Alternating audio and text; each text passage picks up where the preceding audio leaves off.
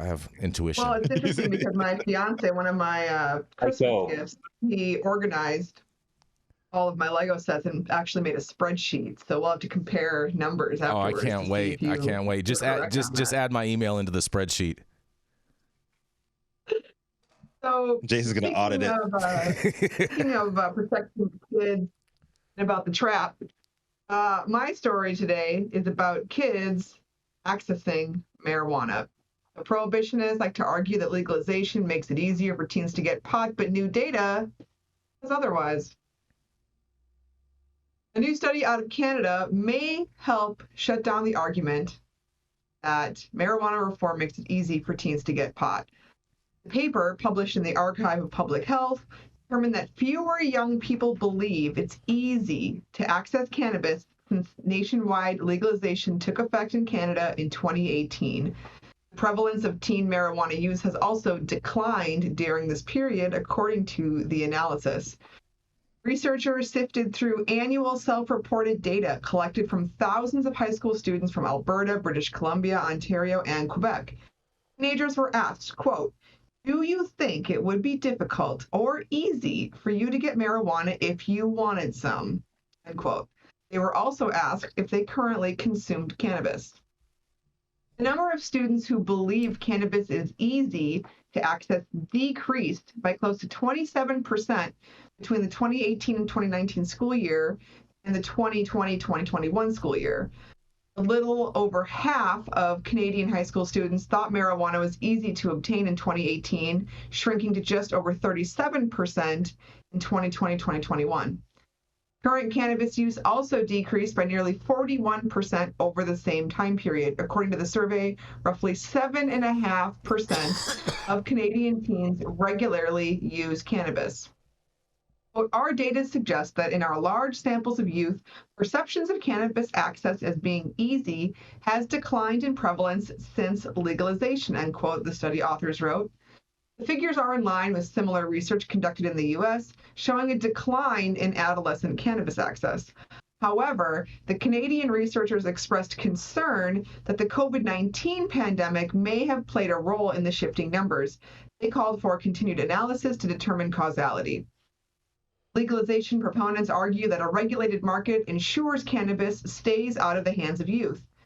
Preliminary data suggests this may be the case, but as markets mature, more will be revealed about teenage perceptions around the plant. For now, prohibitionists may need to seek alternative arguments in their quest to keep cannabis illegal. So what do you guys think? Are less kids getting their hands on regulated pot, or did the trappers just go into quarantine for COVID? It's the parents. The trappers went into quarantine. I'm going with that one. I like that option. That whole new saying she just said is crazy. The trappers, I agree with you. The trappers went into quarantine. That's what I think happened to them. Self-quarantine. Yeah. Yeah, self-quarantine. Exactly. We just ship. Because they ain't listening to when y'all want to have them quarantine. No, this is yeah, I mean, kids aren't smoking a more legal product. I mean, study after study has shown this, and I'm glad that Canada's broadening these studies. What we've been seeing from these kids that have gotten into stuff is almost always trap shit that the parents had. Or they didn't lock up properly. Or it's Delta 8 or HHC or some of these easier accessible compounds. Yep. Stuff that they can buy. Yeah. And our story yesterday was talking about Delta 8 and the fact how the state of Missouri has no laws in place with any age barriers for anyone to purchase Delta 8. So it's actually legal for minors to walk into stores and purchase Delta 8, and it's up to the store owner of whether or not they want to sell it to them or not. No disrespect to Missouri, but I don't think there's a lot happening there. So they're just kind of like, Missouri's a major market for cannabis. It's one of the best markets out there to be in if you're an operator right now. Yeah, because they're selling to kids. No. Well, I don't know why people think that kids aren't going to want to use drugs. I mean, what the fuck's wrong with adults out there? And we just talked about the in loco parentis problem with, schools. Parents right now have to have 2 jobs, so they got to let somebody raise their kids. And parents just aren't overseeing this. I grew up in a family, we owned liquor stores, and I had lots of discussions from the time I was knee-high to a tall giraffe about alcohol, what to do, what not to do. Didn't talk about drugs, but these are responsibilities of parents. If your kid's taking drugs that might have fentanyl in them and you ain't having a dinner time discussion with them, like, you could kill yourself with this shit and talk to me and be honest with me, and you ain't raising your kids to be adults, they're going to fucking die. Because we got problems in this world to pay attention to, and your kid smoking weed is not one of them. Hey, let's get off of that shit. Your kid taking a pill cut with fentanyl and might kill him, that's a problem. But we're just not having those discussions about honest use of drugs, what the society's doing, what to watch out for. And if your friend's going to do something that's going to hurt them, what are you going to do to help them? And you give your kids tools to help their friends if they're falling down rabbit holes of drug and alcohol use. We're just not having those discussions. Oh, everything's marketed to kids. Yeah, fuck yeah, I wanted to use drugs when I was a kid. And, kids came to school, stole their mom's Valium. We knew where it was coming from. I mean, you can get your hands on this stuff. Let's, honestly, our kids can handle the discussions. Let's talk with them about this. Yeah, education is the key, man. I think we're going to put up a poll, Adam. Are you ready? We're going to put up a poll, and we're going to ask everyone in the chat to participate. Where do you prefer to purchase your flowers at? Either from the trap or from a regulated retail market? And let's see. Where do you even purchase them? Well, everyone purchases something because everyone's buying weed. All right. I don't think there's. Sometimes you get gifted, man. You know what I'm saying? You're talking about once in a while kind of thing. I'm talking about when people buy weed. When you buy weed, when you actually exchange money for weed.